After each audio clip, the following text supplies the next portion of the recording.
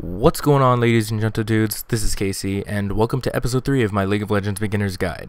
Today, we're going to be talking about map awareness, wards, and lane control. To start off, what is map awareness?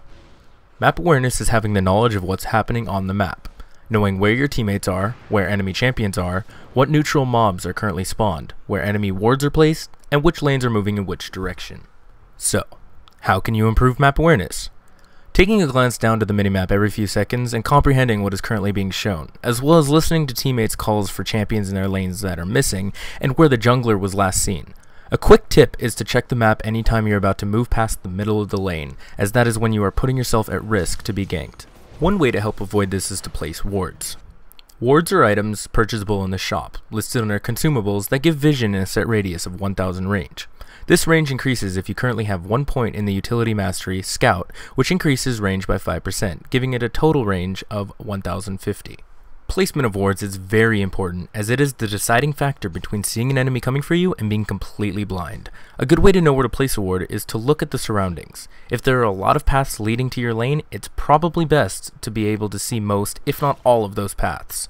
A little tip for placing wards is to try putting them into bushes, as a ward can see out of a bush, but not into one.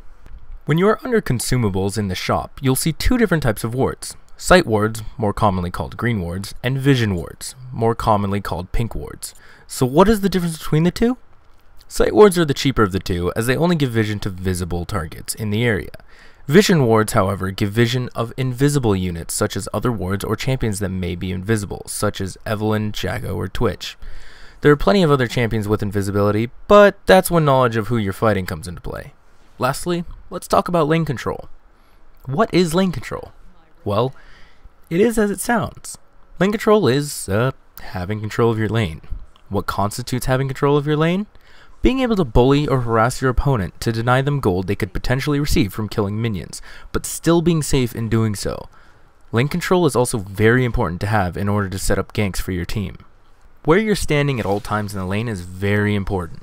If you're pushed too far up without wards, you're putting yourself at risk to be ganked. However, sitting too far back may deny you experience from enemy minions dying. Another note is to pay attention to how your lane opponent reacts to your movement. Say you move closer and they back up in fear of being hurt. This shows that your lane opponent is playing passively and just wants to farm. You can take advantage of this by potentially getting close enough that they lose out on golden experience. This is known as zoning. However, doing this is very risky, as they can, for lack of a better term, jump on your face and eat you alive. Now, let's say you move closer and your lane opponent simply attacks you. This shows that they're not scared of you and want to bully you down.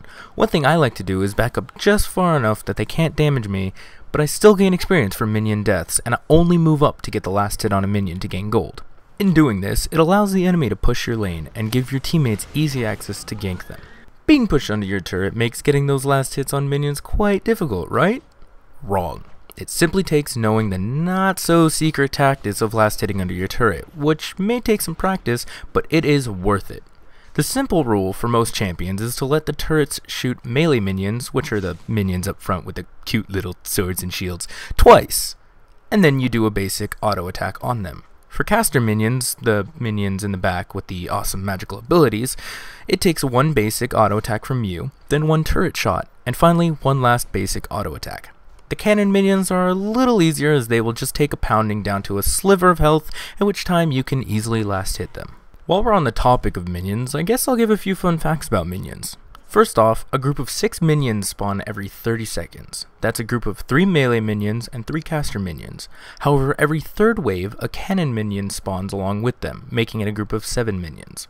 This changes after 35 minutes when cannon minions spawn once every 2 waves. Another quick thing to note is that every 3 minutes, minions gain small buffs, making them slightly stronger. So, what are those giant monster minions with mace hands? Aren't they scary? Those are super minions. Super minions spawn in a lane once that lane's inhibitor is destroyed.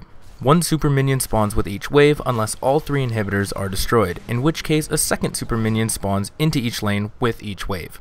This helps move along the victory quicker, so people don't avoid the inevitable. So, let's review. Map awareness is key to winning games. Simply knowing what's going on allows for better communication, teamwork, and a better chance at winning. And what better way to know what's going on than wards? Warding gives vision of enemies at all times, allowing you to go into situations safely, or stay out of situations that could potentially lose you the game. Lastly, lane control is everything in the earlier segments of the game, known as laning phase, as it allows you to really gain that edge over the enemy to help snowball you to victory. Oh, and minions are badasses. That's all. Thanks for watching, and I hope this helped. Episode 4 will be coming out next Thursday, so if I've helped at all, feel free to subscribe and come back next week. Also, if you have any suggestions for next week's episode, leave a comment down below, as I'm doing this to help you all, so help me help you. Anyway, once again, thank you for watching, and I'll catch y'all later. So, real quick before I end the video, I want to give a huge thanks to the people that helped out in this project. Without you guys, this wouldn't have been completed on time. So, thanks to Ombu, Krista Freak, Hughes, Leo Queen, Kate Thizzle, and Supreme Overlord D for popping in last minute to get some clean footage. Once again, thanks for watching, and now I'm done for real. Peace!